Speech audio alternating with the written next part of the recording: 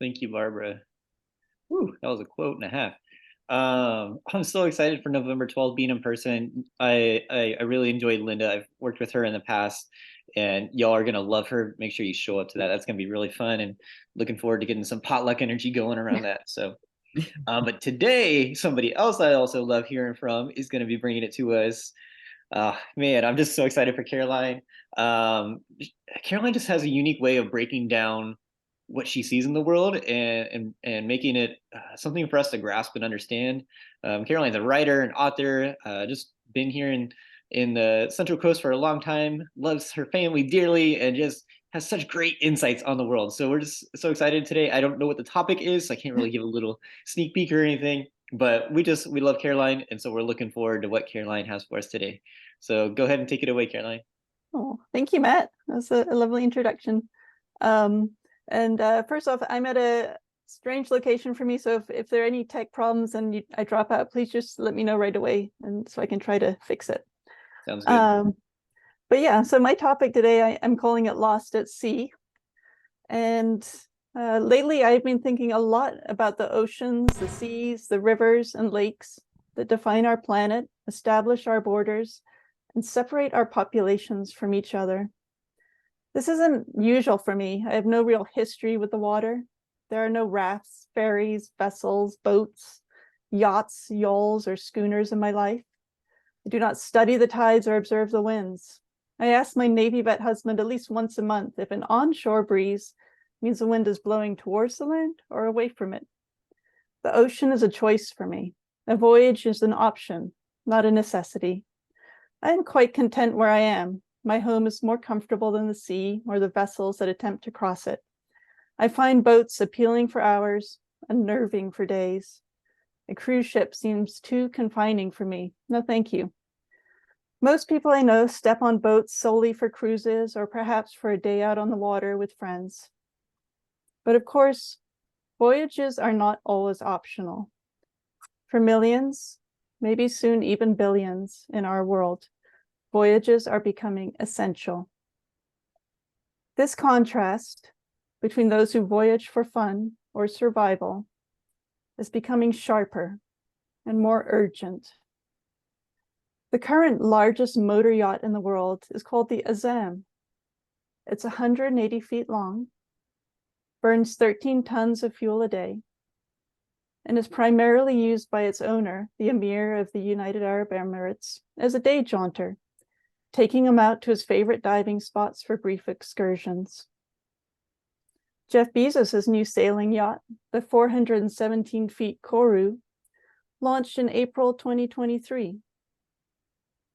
Bezos and his girlfriend spent the summer of 2023 sailing the Mediterranean on their near $1 billion worth of boats. Their PR department worked overtime, flooding social media and places like the Daily Mail with pictures of them frolicking with Katy Perry, Oprah, and other stars. But when I saw those pictures, I had to wonder whether the billionaire and his $1 billion baby ever gave thought to their fellow mariners, also afloat on the Mediterranean during the long, terrible summer of oppressive heat and repressive politics. These travelers crammed into dilapidated trawlers, decommissioned ferries, or even emergency inflatable rafts. These travelers stood rather than lounged because there was no room to sit. They thought of anything but their hunger or thirst because there was nothing to eat or drink. On June 14th of 2023, the 100-foot fishing trawler Adriana, laden with almost 750 migrants, sank off the coast of Greece. 600 people at a minimum died. Possibly many more did. It's jarring to compare the numbers and the images of both of these voyages. One grainy aerial shot of hundreds of people jammed on the deck of the Adriana, and another paparazzi picture of two people sunbathing in glorious solitude on the endless teak decks of the Koru, 4 times as long as those of the trawler. It's very easy to demonize the uber rich, and indeed, doing so is one of my great joys in life. I loathe them for their avarice, their arrogance, their absolute belief in their own innate superiority. I can't imagine the thought process that powers such compulsion to excess. Why else would they be so obscenely rich, they must wonder, if they were not good and deserving of resources beyond comprehension? Surely their good fortune is some kind of just reward. Even if I doubt any of them could clearly articulate what exactly they're being rewarded for. But can we really blame them? After all, billionaires are just doing what they've always done, which is hoard vast amounts of precious resources to their own benefit and society's detriment. These days, however, it is not coal or oil or crypto that the ultra-wealthy are stockpiling. Instead, I think it is more intangible resources: safety, security, stability, and certainty. I've always believed that states of being, happiness, say, or contentedness can increase. There is always the possibility of more happiness in the world. Every year we have a chance to cultivate it, grow it, expand it. We can nurture things like happiness and tend to them like a field of wheat. But maybe this isn't the case for every state of being. Maybe like helium, gold, silver, or rare earth materials, there is a finite amount of safety, security, and stability in the world. For one person to have a little more stability, another person, perhaps very far away from that first individual, must have a little less. In such a scenario, safety and security and stability would be valued indeed. Perhaps the rich and powerful have noticed this. Maybe they see safety and security as a commodity, like something that can be traded on a stock market and manipulated to their own advantage. Such investors might trade safety futures or hedge bets on the security of one nation versus another, or even one population versus another. Increased safety in one country might mean that shares in the security of its neighbor plummet, for instance. Even people with an ethical vision of the financial markets might stumble. A well-intentioned investor, eager to transfer the world away from fossil fuels, might instead cause exploitative mining practices, obliterating indigenous lands to acquire the needed cobalts, lithium, nickels, and coppers for electrical vehicle batteries. With these new mines come dehumanizing work and environmental degradation. We gain a better chance at climate safety and security, yet the populations on whose lands those mines sit find their safety, their security, their stability, and certainty has blown away on the winds. In these cases, it seems as though for some to be more safe, secure, and stable, others must be less so. Here, for instance, if privileged kids decline to go to a war zone, their spots on the front line must be taken by someone else. If countries like America refuse to lessen their carbon load, others must bear the brunt of it, the ill effects of it. Here's the thing, though. Just like the world has more than enough food, water, healthcare, education, and housing for everyone, there's enough safety, security, stability, and certainty for everyone too. It's just a question of whether we have the will to demand that everybody gets their fair share. Were these finite resources of safety, security, and stability distributed equitably, we would all be safe enough. Not safe from everything, certainly, but safe enough to sleep well at night.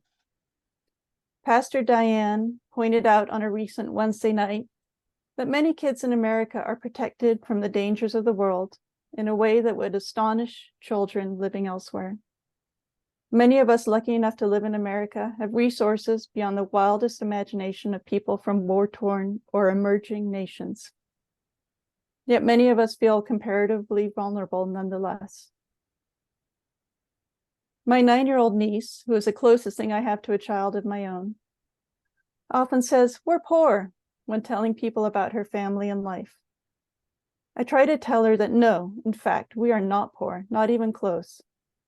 Compared to most of the global population, we are rich beyond comprehension. But she is still keenly aware that she has less than many of her compatriots. I think for her, she feels poor because she intuitively understands that poverty means a lack of certainty rather than a lack of material goods. She feels poor because her future feels unstable.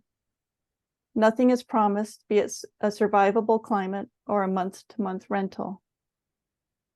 And when she looks at the world, she sees that other people have a stability and a certainty that she longs for. It's not their newer cars or nicer clothes that signify that status, but their firmer toehold on a predictable and certain future. And indeed, I am kept up at night worrying about the inheritance that her parents and I will pass on to her, or fail to. This form of generational wealth is perhaps the most valuable of all, a sense of one's own right to live freely and unafraid, certainty, safety. Nothing imparts a feeling of security, stability, and safety quite like home ownership. I think that when we allow corporations to hoard housing, we are also allowing them to hoard the intangible benefits that come with housing, a sense of safety, a sense of security. It is bad enough that families are being prevented from getting on that first rung of generational wealth. It is doubly bad that those same families are being prevented from building a generational tradition of stability. As Robert Frost put it, home is the place where, when you have to go there, they have to take you in. And who doesn't want that? I believe that hoarding safety and security, in this example, the security that comes with being homed, is as wrong as hoarding any other resource. But interestingly, having too much safety and security adversely affects the privileged and wealthy, just in different ways. It seems that when you have multiple layers of protection and are removed from the existential dangers of the world, you start to long to feel unsafe in a controlled or seemingly controllable way.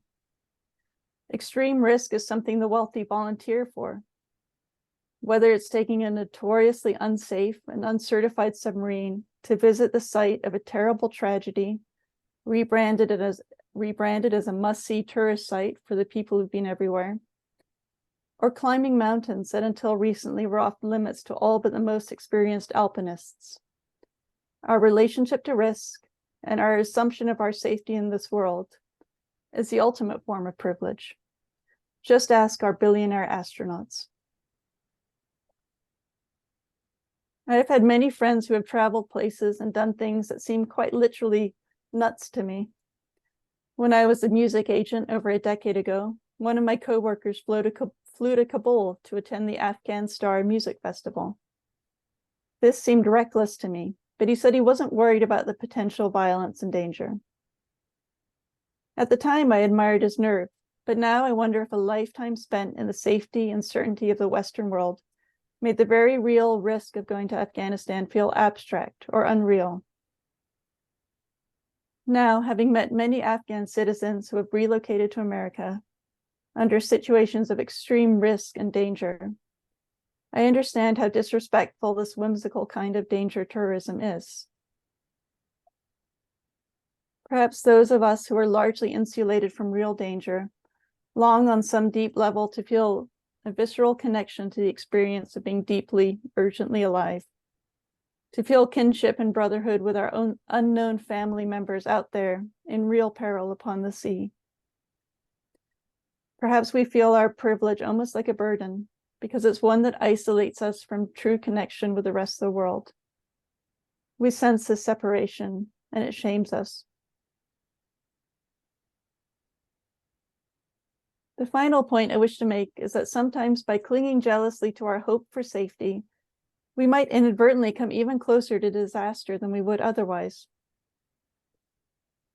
One of my favorite scenes from any movie comes from the Jodie Foster film Contact. Foster's character, Ellie, an astronomer and physicist, has received plans from a distant civilization for an interstellar craft. These plans do not include any kind of seat or harness or restraint in the ship. But at the last moment, the government entities actually building the craft insist on adding a chair and seatbelts. As soon as her voyage begins, the chair starts vibrating so intensely that she can barely see or hear. When she releases the belt, she floats serenely free of the chair, which itself promptly collapses, no doubt crushing her to death if she'd still be in it. I think there's a useful message here. Sometimes we cling so desperately to the belief that we can create safety for ourselves that we inadvertently invite disaster instead. Ellie has faith that this distant civilization would not send her incredibly detailed plans for a vehicle that would immediately kill her if she constructed it as planned. There are parallels here with the tragic victims of the Titan subcollapse, likewise sitting unsecured in an experimental craft, who trusted a careless, self-deluded man with their precious, fragile bodies and paid a terrible price for their faith in him. In the end, we are only truly safe if we place our trust in the right people, and we are only safe if we care as much about the well-being of others as we do for ourselves. The last few weeks have felt very familiar to me.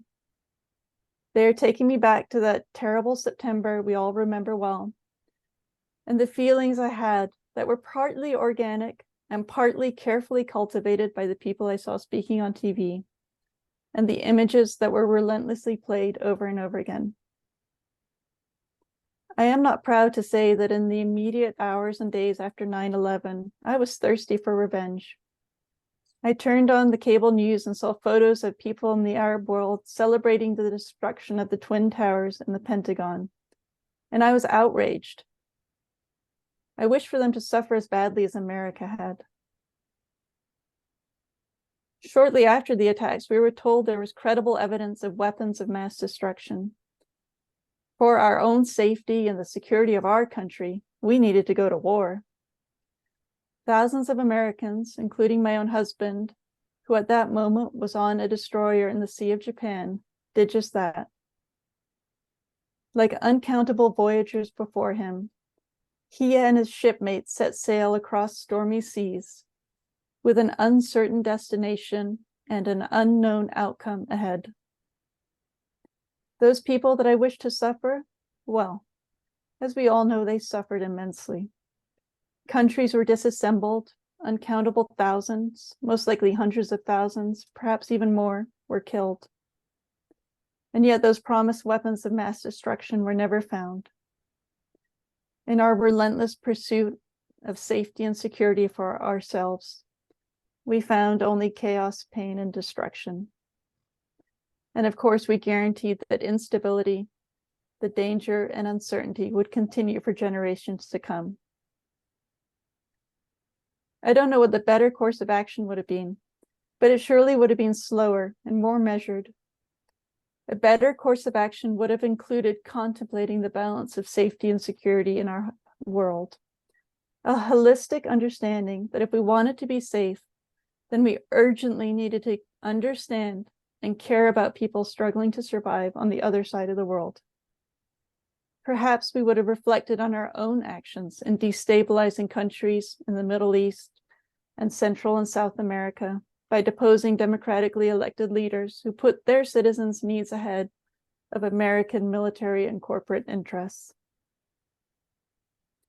And this is the final conundrum of safety, security, and the scarcity of stability in our world.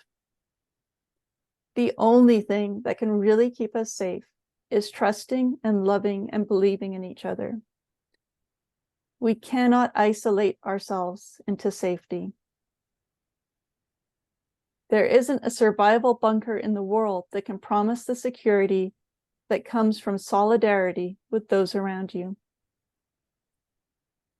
There isn't a ship on the sea that can completely spirit you away from danger. The best it can do is get you closer to community. Our only real safety is in connection. Our only real security is in loving distant strangers as much as we love our immediate families. The only real stability is in caring as much about people in caring that people in distant lands have enough food, enough water, enough land, and enough hope, just as we do. And the only real certainty is that at the end of the day, all we truly have is each other. Yes. Thank you, Caroline. Man, I hope the rest of you are a little calmer than I am after this, because Caroline is so profound, and at the same time puts out a multiple prongs of ideas. So Oh, thank you. help me today as I try to facilitate, and if I don't see your hand coming up, just blurt in, would you please? But I'll just say one thing before Caroline. So many things that you say, just setting off word pictures for me all over my brain. It's like humming right now. I sometime in the last couple of weeks, I saw a cartoon meme kind of graphic and with words on Facebook or one of the social media platforms. And anyway, it showed a flying saucer with these eyes peering out. And the caption was, maybe UFOs are just bored millionaires from another planet. But boy, does that sort of synthesizes a lot of what you said, Caroline. Yeah.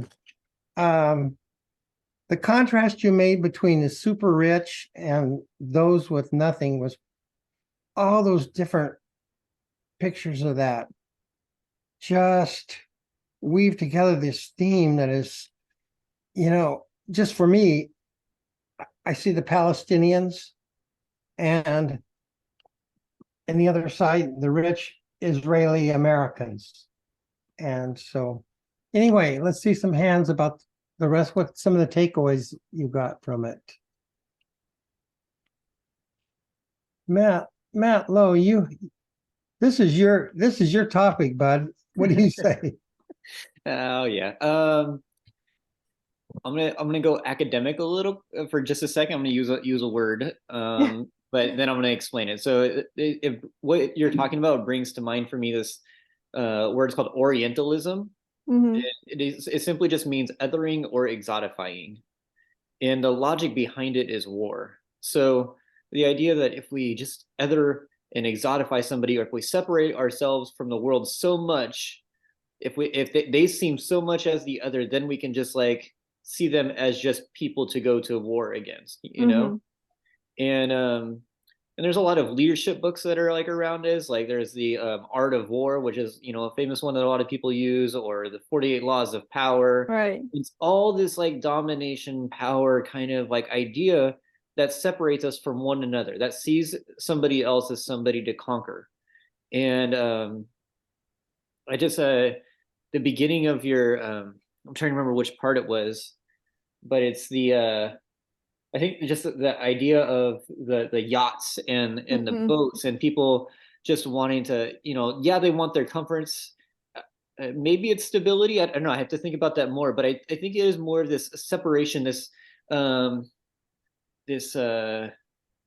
contrary position of one yacht with 750 people on it, and this other yacht with 6 people on it that's 4 times the size of it, and in the same exact sea, in the same exact weather, in the same exact place, just with a different priority.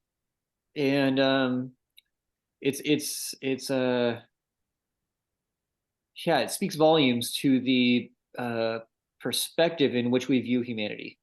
And it's interesting because we can look at Oprah and say like, oh, Oprah's, great. And all these, I mean, Bezos, we can all have our criticisms of him, but, Oprah, I think people generally have a pretty positive perspective. I can have my own, I getting in my criticisms of Oprah, but mainly positive, and it's just, it's bewildering why we can't help out and help a fellow human. Yeah. I mean, that scene on the Mediterranean this summer, I mean, I just kept thinking, like, have they no shame? Like, how can you have you no shame? Like, I think that it just punched me in the teeth when I saw that contrast, because it was right there at the same time, the same moment. Yeah. And it's like, how are you still getting your PR flags to make sure the world knows that you're doing this? Like, have you no shame? Mhm. It just, I don't know. But yeah, thank you for your comment, Matt. Thank you, Caroline. How about others? I think Scott had his hand up. Yeah, Caroline, yeah, I loved everything you said. And I've come to believe that fear might be the thing that's undermining all peace and stability. And fear may be that what drives people to be rich. Mm-hmm. And God help us with our military complex. It's fear that allows it to happen while people are getting rich. And I've had a sense of loving your enemy was another word for solidarity. But for all the peace studies and all the thinking I've done, I've never really thought about solidarity being as the basis of safety. I think that's a phenomenal concept. Um, I just wanted you to know that that's just kind of shook me up, and it's something really to explore. I mean, you're always eloquent, but it's amazing that I just never thought of it that way. Bringing safety in. Anyway, thanks. Thank you, Scott. Brigetta, I think you're next, aren't you? Yeah, I agree with what Scott just said, and something that I'd kind of like to bring it a little closer to home. We probably can't do much about the Saudi Arabia yacht or Tom Brady's yacht or anybody else's yacht, but we can treat people in our circles better. And what I'm thinking of is farm workers or people who work in retail. There's so much attempt by restaurant owners to cut costs and maximize profits, that a lot of the workers end up being pretty on the edge. Mm-hmm.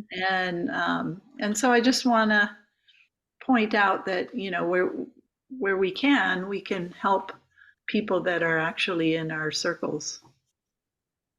Yeah, definitely.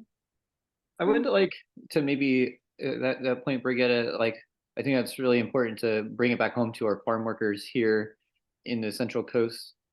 But thinking about like the yacht situation, it makes me think about like, because Greta Thunberg, like 3 or 4 years ago, wanted to come to the United States, and she made a very intentional effort to go by ship and go by sailing and not take fuel. So she used a solar powered sailboat, and I just so not even that we have to have an electric powered boat. We can have a solar powered sailboat, and yes, it takes less time, but it's just, I mean, Bezos has a ship that sails, so like yes, it's motorized and uses fuel, but it's still a sailboat. And so there is a way to, and yes, there is exploitive things around the solar industry and lithium batteries and cobalt and things like that, but I think there is ways that we can push to have a more humane practice as far as being intentional with our practices. Mm-hmm. I wanted to add to what you just said too, that I had 2 points and I forgot my first one. But the second one is that when we look at advances or what we perceive as advances, like for instance, batteries and stuff like that it's important to put it in the context of the whole picture. These same countries are being exploited by oil companies, and they don't have the environmental protections that we, as limited as they are, that we have in the United States. And so there are coastlines along Africa that are being completely destroyed. Their food sources, their beaches, people's health. And so it's not a either or thing. Mm-hmm. It's a, Yeah. Yes, We gotta you do know, both. and also, and I also feel that the more we know, the more we start insisting that changes be made. And luckily, you know, when it comes to things like mining these days, there's far more protective things for people than there used to be. I'm not saying that it's great, but I'm saying that as a society, we are moving forward, and you know, it's up to us to advocate for other people Yeah. and to Yeah, for advocate sure. for these safety things, and not to buy things that are produced in ways that are, you know, damaging to other people. I think what I'm hoping for is we get to the stage where we see each other, I don't know, comrades, solidarity, friends, like we understand on some level that the only way we get ahead is if we go ahead together. I mean, it's this sort of separation, this I don't know, I can't even articulate it at this point, but there was this book written called Survival of the Richest, which I think I got a few ideas from that, and it's a book written by I can't remember what he was, an anthropologist who was hired by a bunch of billionaires to advise them on how to establish their survival bunkers. And the one point he told them is that you're going about this all wrong, because they were asking him, like, how do we control our employees once money has no value? And he's like, you're going about it backwards. You have to collaboratively work with these people and create kinship and community, and that's the only way it's going to work. And they all refused to believe him. They're like, no, we're going to figure out a way that I can remain in charge no matter what happens. So I don't know. Caroline, part of your construct was you were making this contrast in ethics and in human emotions and in safety versus security in the same paradigm as economically. In other words, they're all a zero-sum game, kind of. And when you mentioned, if I don't go to war, then some other young man is going to go to war. And that was so true. I went back to the time when I didn't go to Vietnam. And many people, honestly, I was scared, but many people were more ethically opposed to going to Vietnam. So for whatever reason, lots of us didn't go to Vietnam. And one of the results of that was that primarily young people of color went to Vietnam from us. So it's even more of a enigmatic situation, isn't it? Yeah, definitely. There's a question in the chat. Barbara's asking, how can we construct a world where this happens? That is, loving distant people as much as our own families. I don't know, maybe getting to know them on some level. Yeah, I mean, there's a lot of refugees arriving in America, and there's a lot of opportunities to meet them and work with them and help them, and get a little understanding of what they're coming from and why they had to leave. But it's always that conundrum that those of us sitting here are the kind of people who would care. It's the kind of people who perhaps wouldn't care, that you have to get engaged, and I don't know how you do that. I was just thinking too about how having the ability to have empathy, or having empathy, is wrapped up into the concept of security as well. I never really thought about that. Like, if you are living out of a paradigm of fear, it's hard, I think, to have empathy. So it's kind of all wrapped up with each other.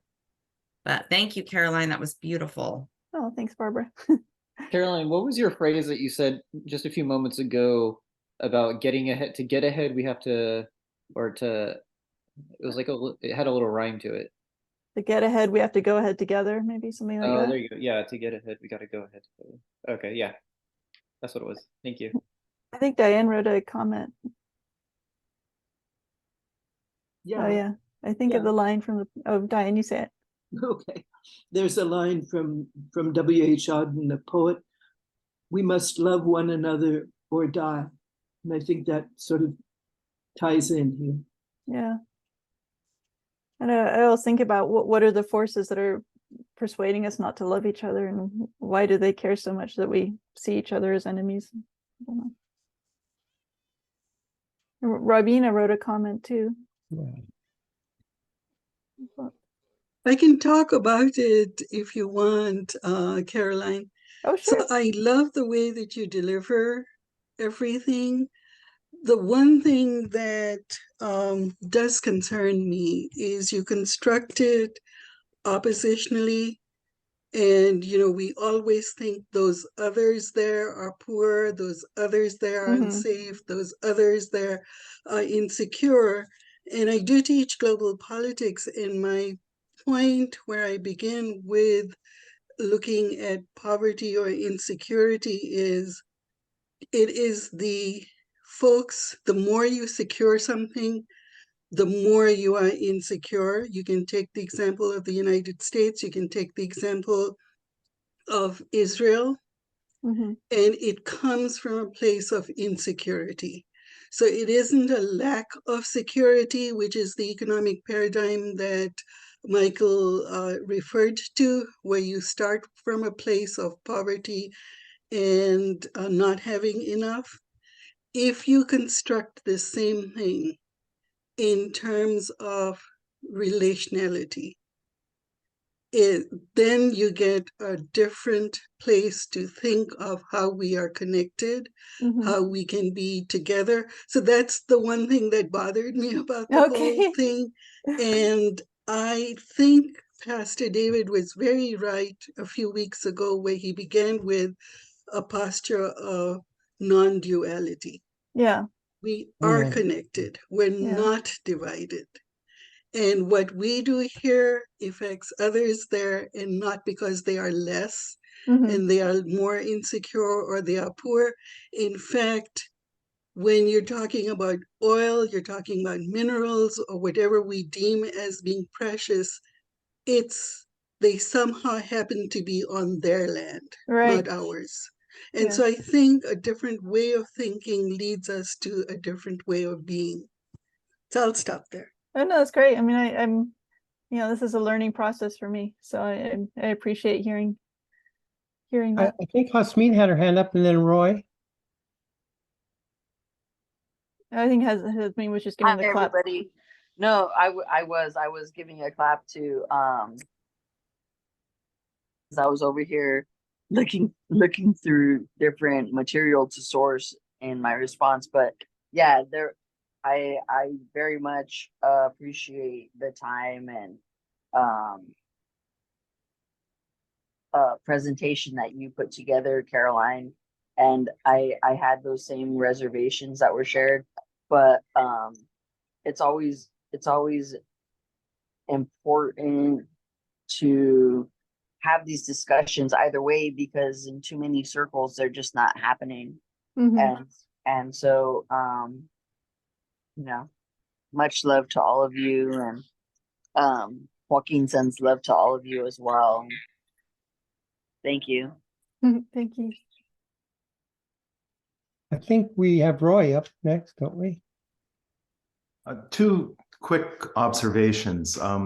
Years ago, I was thinking, Caroline, about your niece. Years ago, I read a fascinating study where someone looked at squirrels' nests, and that as a general rule, squirrels build their nests all the same. They're roughly the same size, same shape. They are consistent. And these researchers thought, wouldn't it be fun to go in and mess with that? So they went in and they artificially enlarged one of the squirrels' nests. And very quickly, all of the rest of the squirrels enlarged their nests to match the one. Wow. Was bigger. And so this thought of this sense that if someone else has more, that then becomes the norm, and we all need to aspire to that. So that was one thing. And the other thing, I'm struck, or I'm thinking about the structural ways of addressing this, which are different than the personal ones. You know, do we need to have a law that says this is a maximum income? Do we need to tax property and estates over and above a certain point? Maybe at some point it becomes 100%. Because it feels like that it's not possible to both chase after economic capital and also social capital. That we to some degree we choose one over the other. And at what point as a society do we say, no, that's enough? Mm-hmm. And we need to structurally address that. You know, Roy, I think a while ago in the comments, Ana Rosa said it again, and it comes up almost in every topic we have week after week, and that's capitalism. And it's that competition versus cooperation. That's the underlying demon in capitalization, I think.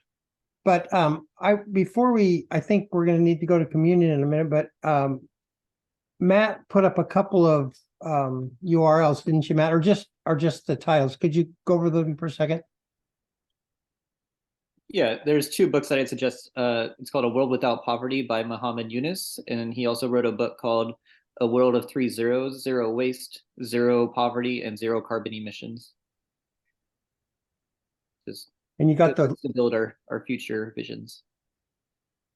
Just starting points. Those titles in the chat too, right? Yeah. Okay. Anybody have one last? Bert, Angelique has something. We haven't heard from Angelique. She says, what does the privilege fear by helping others? Losing power, money, status?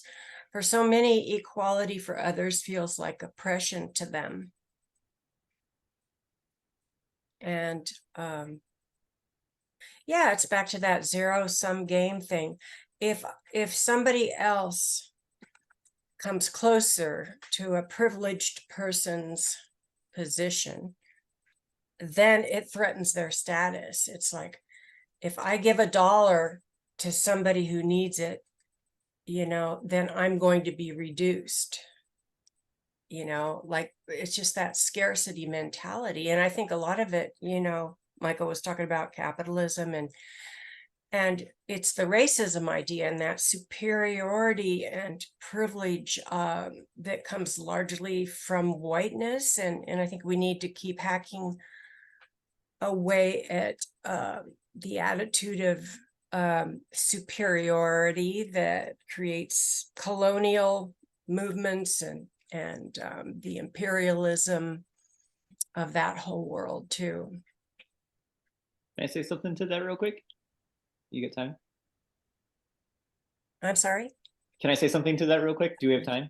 Sure. Okay. There's something it's just been coming up in conversations that I've been having a lot lately. It's this idea, it's called the Willie Lynch theory. It was instituted in late 1700s, early 1800s, and it was a way to continue oppression, like how to keep to have the oppressor, the lower class, maintain the lower class, and so the elite wouldn't have to do it. It's kind of like the theory of the crabs in the bucket. You know, I'm not sure if you put crabs in a bucket, the crabs won't escape, not because they can't escape, but because the crabs at the bottom will continue to pull the crab at the top that's trying to get out back down. And so there's this idea of like, yeah, the privilege, there's this idea like, so we're like, it goes back to the Audre Lorde quote of we're not free unless we're all free, you know? And so if there's this idea, then if one person gets out, then they're gonna get out and they're gonna leave us behind, you know, this like Rabina was calling out this scarcity mindset instead of this abundance or this truth of interconnection, you know? And so, or if one can get out, then I can get out. And if I can get out, then we can all get out, you know? And this idea of, no, we're in this together. And so there's actual particular constructs that were created by elite to keep us all oppressed and working against one another. So, and that goes back to like Bacon's Rebellion in 1675. And so we can see the foundations of it at that particular rebellion. So that's a whole other topic though. Yes, that nails it too. Yeah. Just to put in a little plug, if you have access ever some, there's a program that Lynn and I used to lead. It's called Sacred Ground, and it's put out by the Episcopal Church. It's a curricular program, and boy, it includes each one of these components. It's a beautiful group experience if you can get into it, and it's like it's so rich. It's like a graduate program, put in these weekly samples. And local Episcopal churches, which we aren't and don't have much contact with anymore, but they're the kind of the purveyors of this if you get a chance. But Matt, were you familiar with that? Yeah, I am. And a few years ago, we did one through the Mennonite community on abolition or the history of racism, and then moving into abolition. We did a 10-week curriculum. I think it was over the summer. I'm not sure if everybody was here for that, but we can definitely shoot to do that again next summer or in another time period this coming up year. Is there anybody else who has just forget it? Can I I'd just like to add. And then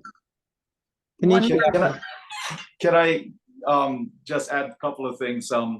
First, Caroline, thank you so much. I too didn't consider the point of view that you brought forth, and it was just amazing.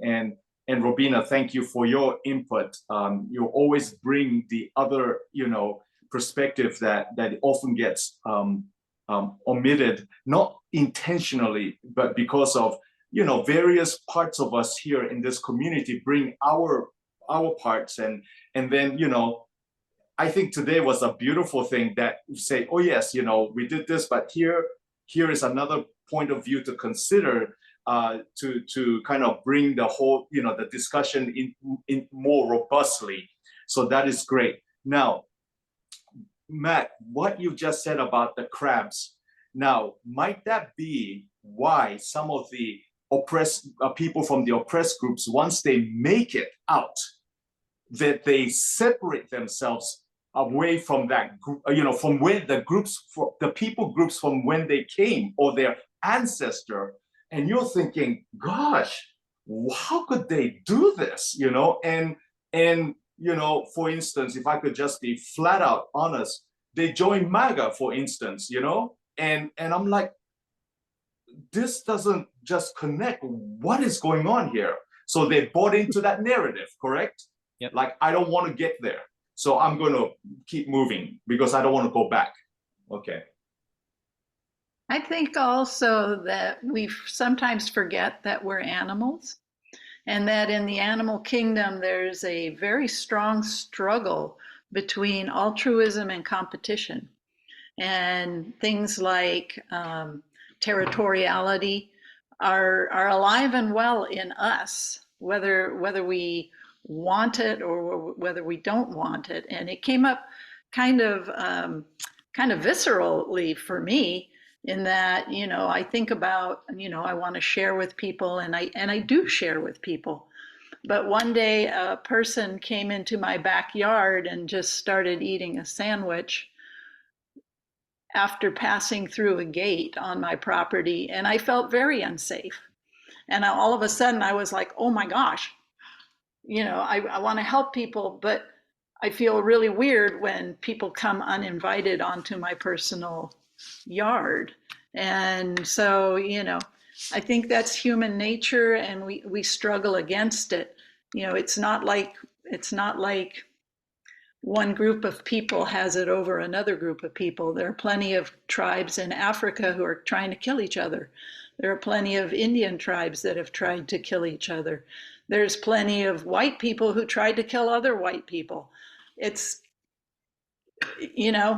I think God is the only one that can handle this, because I can't even wrap my mind around it.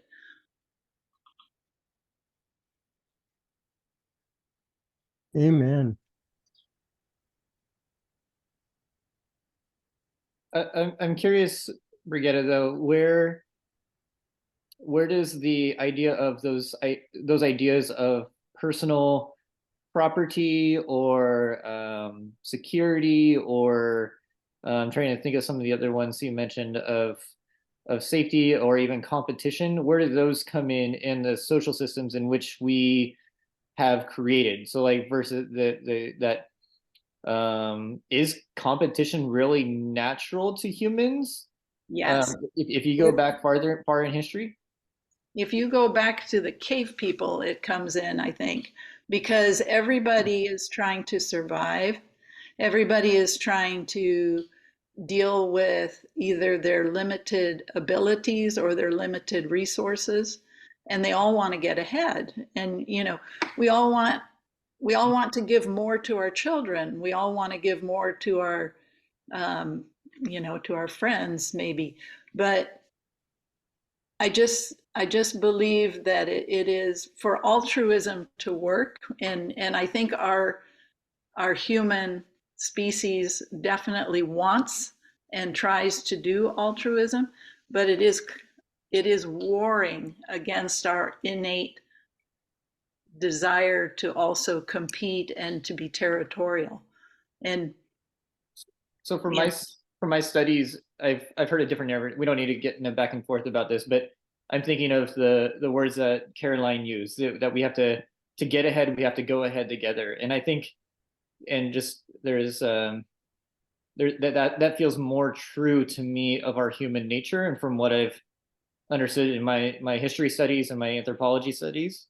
And so I guess I'm still trying to like understand where maybe some of those social systems kind of came into play. So I don't know if we want to move forward, or how, like, if you have something to respond to, and then we can move forward. I just want to say that's what we aspire to, and what people, especially in groups like this, really want. That's what I really want.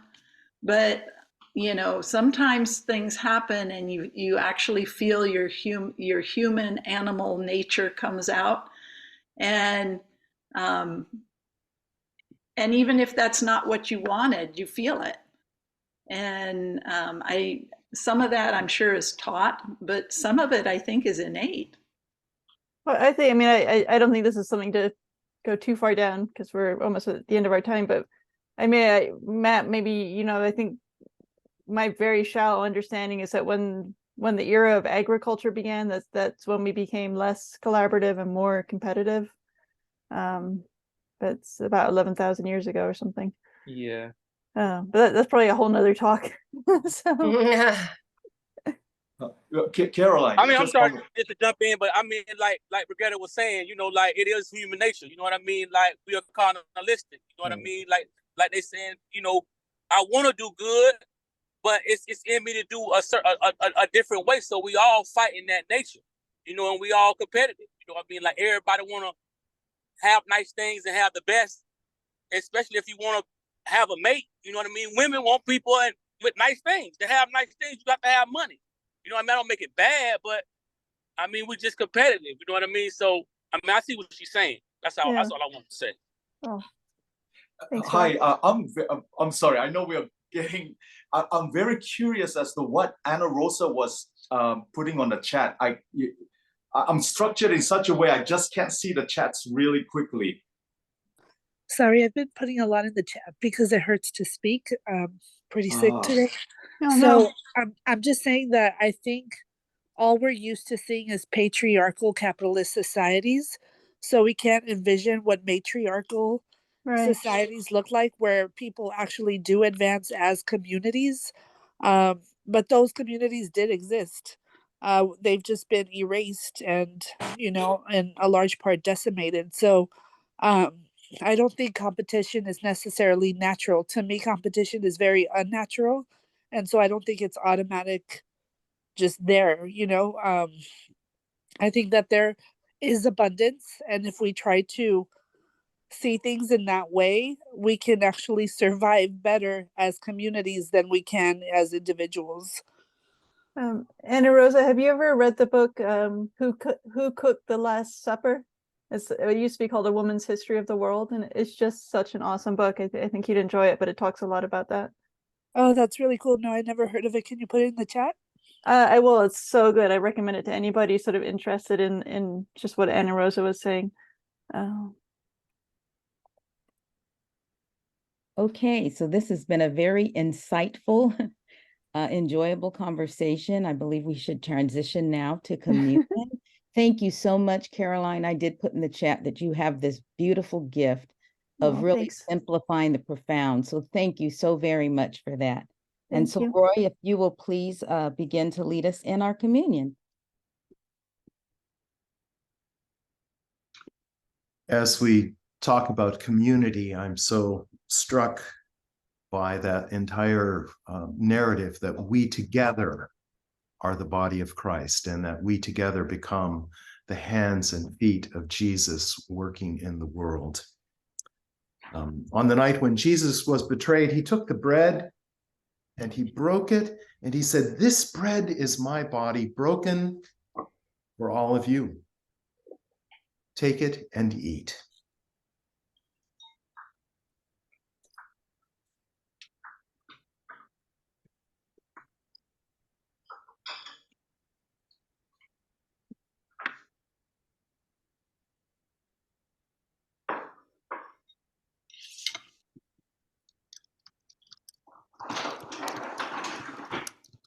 After supper, Jesus took the cup and said, "This cup is the cup of the new covenant in my blood, poured out for all of you.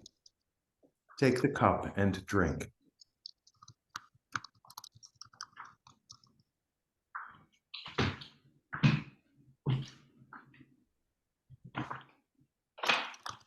Let's pray.